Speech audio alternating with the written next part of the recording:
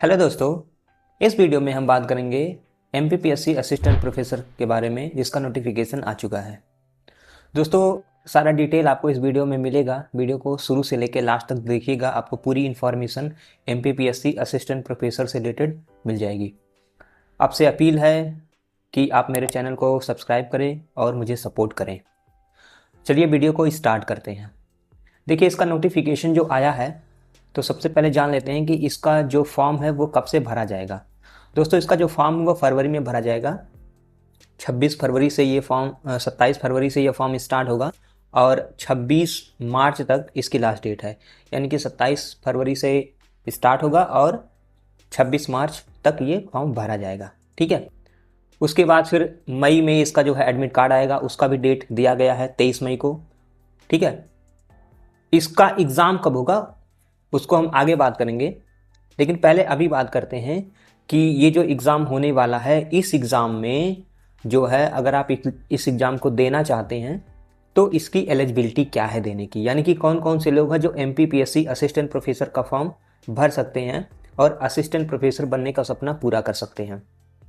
तो दोस्तों देखिए, जिनके पास 55% मार्क्स इन पीजी डिग्री में है, यानी कि आपके पास कोई भी मास्टर्स डिग्री हो, उसमें कम से कम आपका 55% मार्क होना चाहिए। अनरिजर्व कैटेगरी में, रिजर्व कैटेगरी वालों को 5% की छूट भी मिलती है। तो अगर 55% मार्क आपके हैं प्लस आपके पास नेट, सेट या स्लेट का सर्टिफिकेट है तो आप इस फॉर्म को भर सकते हैं। सेट और स्लेट का जो सर्टिफिकेट है वो मध्य प्रदेश का ही होना चाहिए, अदर स्टेट का मान्य नहीं होगा। लेकिन अगर आपके पास पीएचडी की डिग्री है तो आप भी इस फॉर्म को भर सकते हैं, यानी कि आप अगर आपके पास पीजी के साथ साथ अगर आपने पीएचडी किया है तब भी आप इस फॉर्म को भर सकते हैं। लेकिन आपको इस भरने के लिए एक एज क्राइटेरिया भी डिसाइडेड है कि आप अगर 21 से 40 साल के बीच में हैं तभी आप इस फॉर्म को भर पाएंगे। अगर 40 साल से ऊपर हैं आप तो आप इस फॉर्म को नहीं भर पाएंगे। ठीक है। अब देखिए, इसमें जो सीटें आई हैं तो सीटें तो इसमें बहुत अच्छी खासी सीटें, 2117 इसमें सीट है और अलग अलग सब्जेक्ट में जो है अलग अलग सीटें हैं। अपना जाके देख लीजिएगा, जो लिंक है वो मैं आपको यहाँ पे नीचे दे दूंगा, वहाँ से डायरेक्ट आप एमपीपीएससी की साइट पे अपने सब्जेक्ट का देख लीजिएगा जो है, जो नोटिफिकेशन है। ठीक है। अब जैसे कि आप देखेंगे कि जियोलॉजी में 187 सीट है। केमिस्ट्री में आप देखेंगे तो मैं आपको थोड़ा सा देख के बताता हूँ कि क्या क्या इसमें सीट है। जैसे आप केमिस्ट्री में देखेंगे 199 सीट है, बॉटनी में 190 सीट है, फिजिक्स में 186 है, हिंदी में 113 है, पॉलिटिकल साइंस में 124 है, इंग्लिश में 96 है, इकोनॉमिक्स में 130 सीट है, हिस्ट्री में 97 है और जियोग्राफी में जो है 96। तो ये जो है इतनी सीट है, तो अच्छी खासी सीट है। हालांकि इसमें बहुत सारी सीटें रिजर्व भी हैं। जैसे जो एमपी के किसी कॉलेज में as as a guest faculty पढ़ा रहे हैं उनके अलग से सीट रिजर्व है।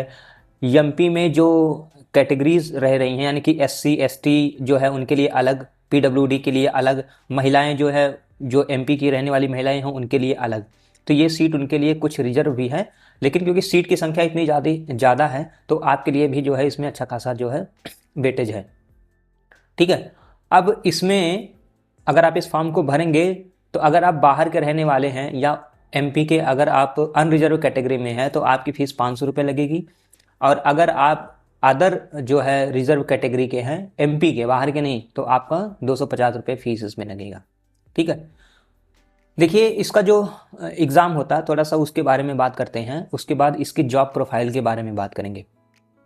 इसका जो एग्ज़ाम है तो एग्ज़ाम डेट भी सबसे आयोग ने घोषित कर दी एक साथ ही, 1 जून को उन्होंने जो है डेट घोषित किया है। ठीक है। उसमें चेंजेज हो सकता है लेकिन फिलहाल के लिए वो 1 जून आप मान के चलिए, तो उसी के हिसाब से आप तैयारी करिए। ठीक है। एग्ज़ाम इसका जो होता है वो 2 स्टेज में होता है। पहला आपका रिटन एग्ज़ाम होता है, दूसरा आपका इंटरव्यू होता है।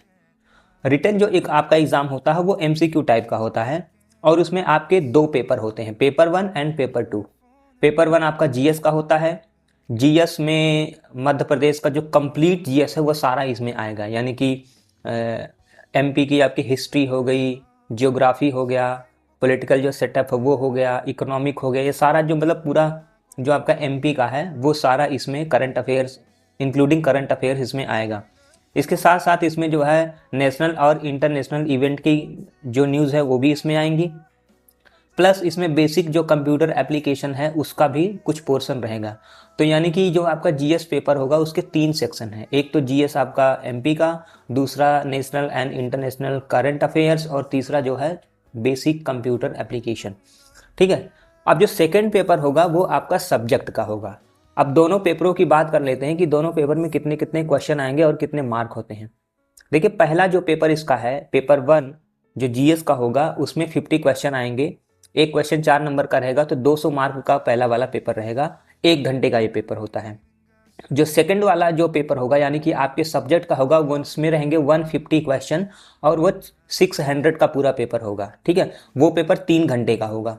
तो दोनों अगर आप पेपर को मिलाएंगे, जो रिटन एग्जाम है, तो टोटल जो है 800 नंबर का जो है ये एग्जाम होगा। इसमें जो इंटरव्यू है वो 100 नंबर का होगा। दोनों को मिला के आपका सिलेक्शन होगा, यानी कि 900 जो नंबर है उसकी आपकी मेरिट बनेगी और उनके आधार पे आपका चयन होगा। अब देखिए, इसमें कुछ लिमिट भी लगाई गई है। जैसे कि पेपर फर्स्ट या पेपर सेकंड कोई भी पेपर हो, उसमें आपको 40% मार्क्स लाने ही लाने हैं। यानी कि पहले से उन्होंने एक क्वालिफाइंग लगा दिया है। 40% से कम अगर आप रहेंगे तो आप इस एग्जाम को क्वालिफाई नहीं कर पाएंगे। जो रिजर्व कैटेगरी है उनको कुछ सहूलियत दी गई है। ठीक है। तो उनका आप देख लीजिएगा, उनके लिए लगभग 30% है। ठीक है। तो अपने हिसाब से उनको देख लीजिएगा।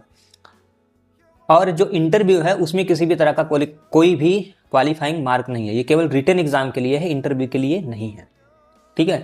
तो एमपी का जो पूरा जीएस है उसके बारे में अभी से आप जो है थोड़ा थोड़ा तैयारी करते रहिए, क्योंकि स्पेशल एमपी का पूछेगा तो बाहर के जो बच्चे हैं, जैसे यूपी के हैं, बिहार के हैं या अदर स्टेट के हैं, उनके लिए थोड़ा सा मुश्किल आने वाली है। मैंने भी जब इस एग्ज़ाम को दिया था तो मुझे भी काफ़ी मुश्किल हुई थी, खासकर जीएस में। हालांकि क्वेश्चन बहुत इजी इसके आते हैं, बहुत आसान क्वेश्चन आते हैं। सब्जेक्ट के क्वेश्चन तो बहुत ईजी आते हैं और जीएस के भी क्वेश्चन बहुत ईजी आते हैं।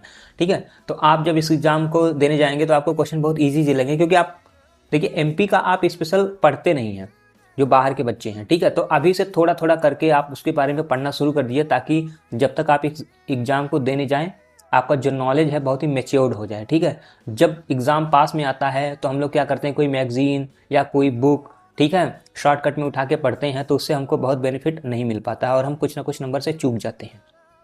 ठीक है।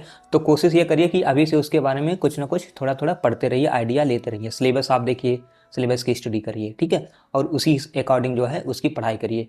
पुराने क्वेश्चन पेपर भी आपको मिल जाएंगे, उसके थ्रू आप जाइए तो आपके लिए बहुत ही बेटर रहेगा। लेकिन कुछ ना कुछ अभी से उसके बारे में पढ़ते रहिए। ये मान के तैयारी करिए कि इस एग्ज़ाम को क्रैक करना है और असिस्टेंट प्रोफेसर जो है 2025 में बन जाना है। ठीक है। तो ये पूरा है एग्ज़ाम का शेड्यूल।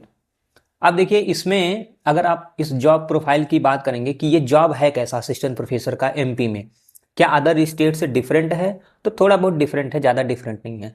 तो देखिए, ये जो मध्य प्रदेश का लोक सेवा आयोग है वो इस एग्ज़ाम को कराता है। तो ये एग्ज़ाम आयोग करा रहा है, तो ये इसके जो असिस्टेंट प्रोफेसर ये बन रहे हैं, ये गैजेटेड ऑफिसर में आते हैं। लेकिन ये सेकेंड क्लास गैजेटेड ऑफिसर में आते हैं, यानी कि ग्रुप बी गैजेटेड ऑफिसर में आते हैं, ग्रुप 1 में नहीं आते हैं।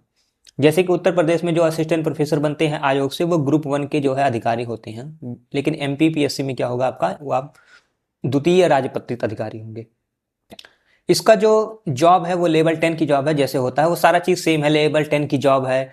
इंट्री जो इसमें जो बेसिक होता है ना, कि इंट्री आपको कितनी मिलेगी, 57,721 की इंट्री स्टार्ट है। ग्रेड पे इसका 6,000 है।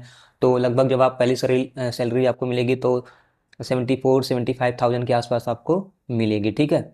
और समय समय पे तो प्रमोशन वगैरह जो होते हैं ये सब होते ही रहते हैं। ठीक है।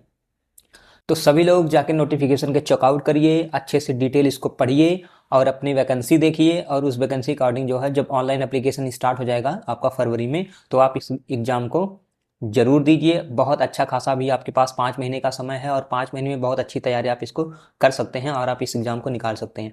ये मत सोचिए कि आप अदर स्टेट के हैं तो आप इस एग्ज़ाम को नहीं निकाल पाएंगे।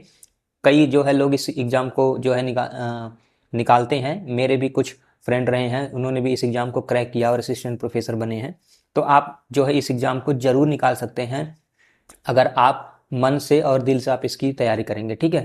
तो दोस्तों, इस वीडियो में जो है इतना ही जो है एमपीपीएससी असिस्टेंट प्रोफेसर के बारे में था। ठीक है। आने वाली वीडियो में हम कुछ और जो है जो असिस्टेंट प्रोफेसर है न्यूज़, उसके बारे में बात करेंगे। ठीक है। तो वीडियो को आप लाइक ज़रूर कर दीजिएगा और चैनल को ज़रूर सब्सक्राइब कर दीजिएगा। Thank you very much.